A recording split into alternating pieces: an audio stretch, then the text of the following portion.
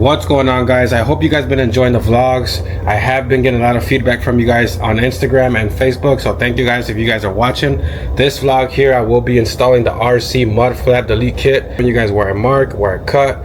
Now they did send me some instructions with the kit, but from what I found with the instructions, some pictures are clear and some pictures are just terrible, so I'm going to try to just wing it.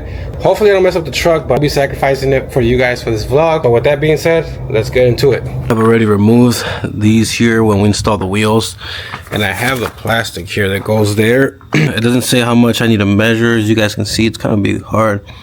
It just says mark the cut line. It'd be nice to see exactly how much to cut off, and on the bottom there too, but I haven't seen any videos of installations for this RC one, so I guess we'll just use my truck as a test. As you guys can see, we're gonna need this hole there for the bolt that's gonna go in there, or the screw, but marked it down right now, right there underneath there, which is like 1.25 inches or so, I would say so, but it's marked right there, and I just kind of guesstimated over here, and then I'm just gonna mark straight down right now and cut it. Just kind of went up to here for now. I want to try to cut this part and then cut that angle and see what it looks like. Now I seen some other kits that you have to cut straight. With this one here, like I said, I'd rather cut less and keep cutting as I go. You don't want to cut too much and then you're screwed. So for now, I'm gonna measure this here. I'm gonna cut this part from where my mark ended up to right there. It's been cut, but also below that. I will be spraying some undercoat there just to prevent the rust. Here's a perfect example. So I'm trying to make it fit and it still won't go in. It still doesn't go on this side. So what I think I'm gonna have to do is trim straight and get rid of, let me see if I can get the light for you guys, and get rid of this part right here. So I'm guessing I have to cut straight, and I kind of marked it out already, from this corner all the way straight. So this one's gonna be eliminated here. All right, so I cut a little bit more. It seems like it wants to fit now. The only thing in the way is the liner. So now I gotta trim the liner a little bit. I cut a little bit of the liner, but I still need to cut a little bit more because you can see still a little gap right there. I need to cut quite a bit already, but it still seems to be hitting on something. Because as you guys can see, there's a gap. So if I had to guess, it's hitting on this metal piece here, but in the instructions, again, it doesn't show to cut this here. So I'm gonna try and cut it and see if that's the case here.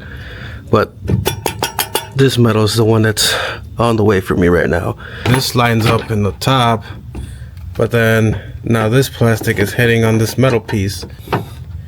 You see how it's still off and it won't go all the way down because this is hitting with this. That's how much I had to cut off that black metal piece right there. For some odd reason, this plastic was still hitting on that, so I had no choice but to cut it.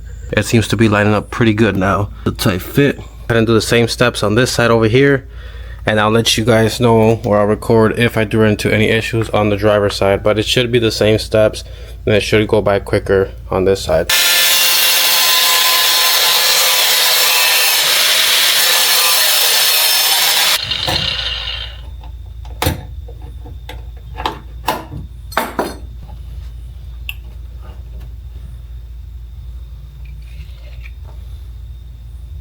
Alright, so driver's side went a lot smooth, a lot cleaner. This side I was more confident. Same thing, I had to cut some of that metal piece right there. I'm not sure if you have to remove that piece. I didn't see it on the instructions. I just left it there, but as of right now, you guys can see it's a lot cleaner, a lot smoother, and it lines up so much faster than the other one. That's how much I removed from the driver's side. And on this side over here, I went ahead and sprayed it just to make sure to stop rust. Some undercoating, so I'm waiting for this side to dry. While we wait for the other side to dry, I'm gonna go ahead and spray this one too, and then towards the end I'll go ahead and bolt it up for you guys. It's already installed. It lines up pretty good. I must admit, it seems a little more complicated in the instructions. It was a little bit more complicated due to that metal piece that was on my way. Again, I'm not sure if you can remove it, but I just left it there to make sure that the liner still has some type of support in the back. Even though it doesn't have any screws, I'm gonna still put that one screw on that open slot, even though there's nothing really much holding it, just to be sure.